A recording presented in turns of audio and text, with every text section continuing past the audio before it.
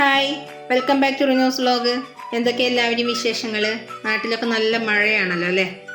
അപ്പം ഞാനിത് ഇന്ന് 2 പുഡിങ്ങിൻ്റെ റെസിപ്പി ആയിട്ടാണ് വന്നിട്ടുള്ളത്. രണ്ടും കസ്റ്റമൈസ്ഡ് പുഡിങ്ങാണ്. ഒന്ന് പിസ്ത പുഡിങ്ങാണ്, ഒന്ന് ക്യാരറ്റ് പുഡിങ്ങാണ് കേട്ടോ. അപ്പോൾ ഇതെങ്ങനെയാണ് ചെയ്തെടുക്കുന്നത് നമുക്ക് നോക്കാം. അതിനായിട്ട് ഞാനിത് ഒരു ക്യാരറ്റ് എടുത്ത് വെച്ചിട്ടുണ്ട്. ഇനി ഇത് നന്നായിട്ട് തന്നെ തൊലിയൊക്കെ ഒന്ന് ചെത്തി ക്ലീൻ ചെയ്ത് നമുക്കതൊന്ന് ഗ്രേറ്റ് ചെയ്തെടുക്കുകയാണ് വേണ്ടത് കേട്ടോ. ഞാനൊരു 1/2 kg വരുന്ന ഇതാണ് 2 പുഡിങ്ങും ചെയ്തെടുക്കുന്നത് കേട്ടോ. അപ്പോൾ അതിൻ്റെ അളവാണ് ഞാൻ നിങ്ങളുടെ മുന്നിൽ കാണിക്കുന്നത്. നിങ്ങൾക്ക് കൂടുതൽ വേണമെന്നുണ്ടെങ്കിൽ ക്യാരറ്റൊക്കെ കൂടുതൽ എടുത്തിട്ട് ചെയ്യാം കേട്ടോ.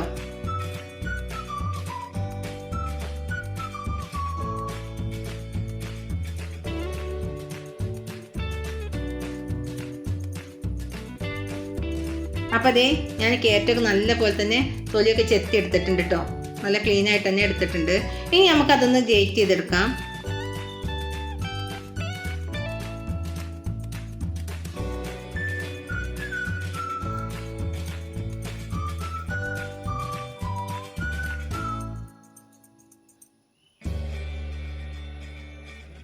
അപ്പോൾ അതേ ഞാനതെല്ലാം നല്ല പോലെ തന്നെ ഗ്രേറ്റ് ചെയ്തെടുത്തിട്ടുണ്ട് കേട്ടോ.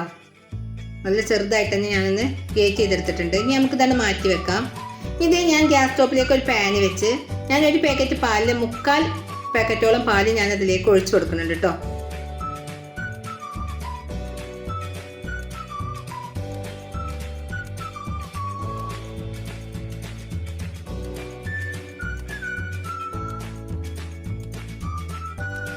ഇതേ ഞാൻ ഈ പാല് തിളച്ച് വരുന്ന ആ ഒരു സമയം കൊണ്ട് ഇതേ ഞാൻ 10 ഗ്രാമിൻ്റെ ചൈന ഗ്യാസിൻ്റെ പാക്കറ്റാണ് എടുത്തിട്ടുള്ളത്. അതിൽ ഏകദേശം 8 ഗ്രാം ചൈന ഗ്യാസ് ഞാൻ ഒന്ന് കുതിർത്താൻ വെക്കുകയാണ് കേട്ടോ. ഇതേ നമ്മളുടെ ഈ മിൽക്കിലേക്ക് നമുക്ക് 3/4 കപ്പോളം പഞ്ചസാര ഇട്ട് കൊടുക്കാം.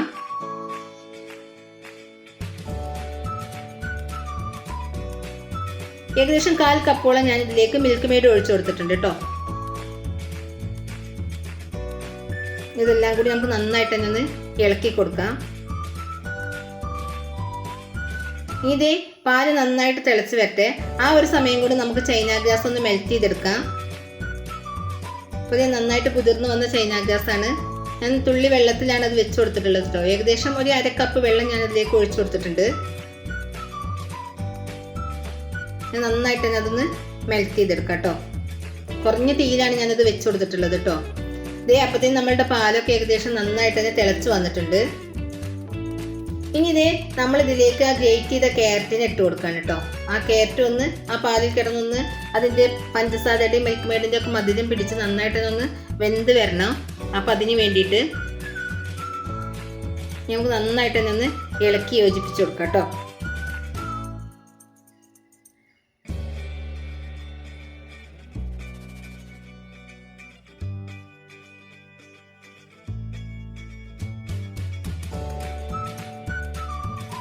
അതേ നന്നായിട്ട് തന്നെ അത് വെന്ത് വന്നിട്ടുണ്ട്. ഇനി ഇതേ നമ്മൾ നേരത്തെ മെൽറ്റ് ചെയ്ത ആ ചൈന ഗ്യാസ് ഇതിലേക്ക് ഒഴിച്ചു കൊടുക്കണം കേട്ടോ. രണ്ടും സെയിം ചൂടിൽ ആവണം നമ്മളത് ഒഴിച്ചു കൊടുക്കുമ്പോൾ, അല്ലെങ്കിൽ നമ്മളുടെ പാല് പിരിഞ്ഞു പോകും കേട്ടോ. അത് എപ്പോഴും ശ്രദ്ധിക്കണം. നമുക്ക് നന്നായിട്ട് തന്നെ ഒന്ന് ഇളക്കി യോജിപ്പിച്ച് കൊടുക്കാം. അപ്പോൾ ഇതേ നമ്മളെ പുഡിങ് ഇവിടെ നന്നായിട്ട് തന്നെ റെഡി ആക്കി ഇട്ടിട്ടുണ്ട് കേട്ടോ. നല്ല പോലെ തന്നെ ഞാനതൊന്ന് നല്ല പോലെ ചൂടാറാൻ വെക്കാണ് കേട്ടോ. അത് ഇളക്കി വെച്ച ചൂടൊക്കെ ഏകദേശം ആക്കിയതിന് ശേഷമാണ് ഞാൻ ഇതിലേക്ക് ഇത് ഒഴിച്ചു കൊടുക്കുന്നത്. പുഡിംഗ് ട്രേയിലേക്ക് ഒഴിച്ചു കൊടുക്കുന്നത് കേട്ടോ.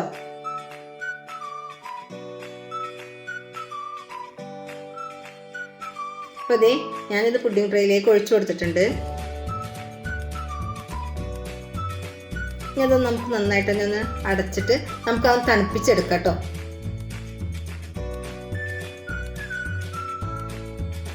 അപ്പോൾ അതേ ഞാനതിൻ്റെ ബാക്കി വന്നത് ഒരു ചെറിയൊരു ഒരു പാത്രം എടുത്ത് അതിലേക്ക് ഒഴിച്ചു കൊടുത്തിട്ടുണ്ട് കേട്ടോ.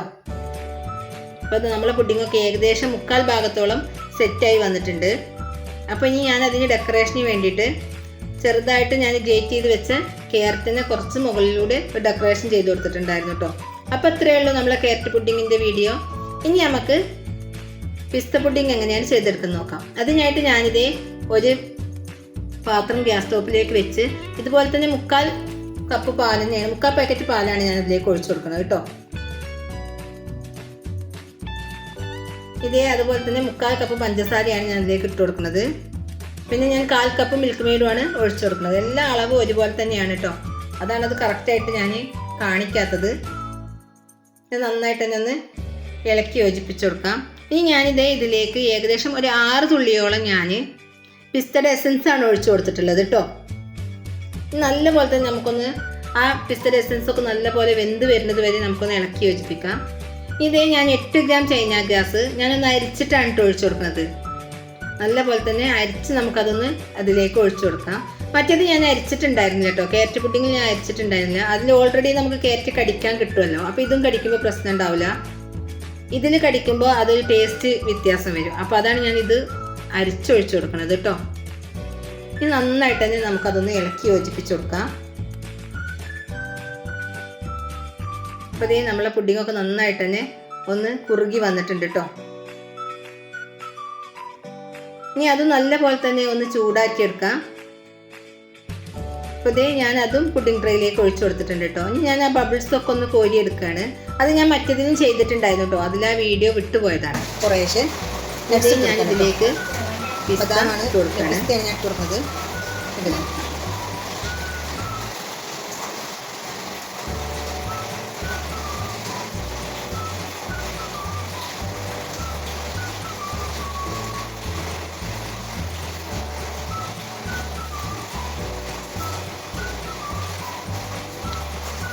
അപ്പോൾ ഞാനിത് നല്ലപോലെ തന്നെ പിസ്ത ഇട്ട് കൊടുത്തിട്ടുണ്ട് കേട്ടോ. നമുക്കൊന്ന് തണുപ്പിച്ചെടുക്കാം കേട്ടോ.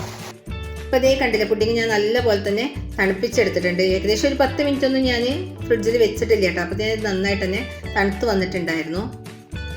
ഇത് രണ്ടും കസ്റ്റമൈസ്ഡ് പുഡിങ് ആണെന്ന് ഞാൻ ആദ്യം തന്നെ പറഞ്ഞല്ലോ. അപ്പോൾ നന്നായിട്ട് ബോക്സൊക്കെ ഒന്ന് അടച്ച് ഇനി അതൊന്ന് സെറ്റ് ചെയ്ത് കൊടുക്കുകയാണ് കേട്ടോ.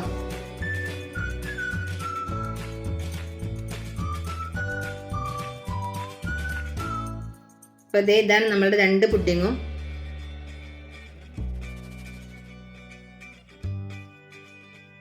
നല്ല കഴിക്കാനൊക്കെ നല്ല ടേസ്റ്റുള്ളൊരു പുഡിങ് തന്നെയാണ് കേട്ടോ. പിസ്ത പുഡിങ്ങും ക്യാരറ്റ് പുഡിങ്ങും നല്ല ടേസ്റ്റുള്ളൊരു പുഡിങ് തന്നെയാണ്.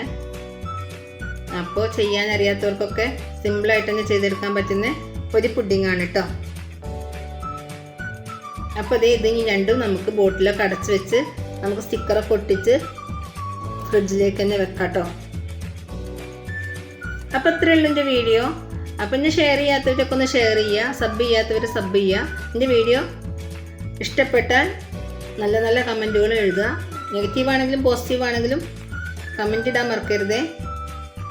Thank you for watching.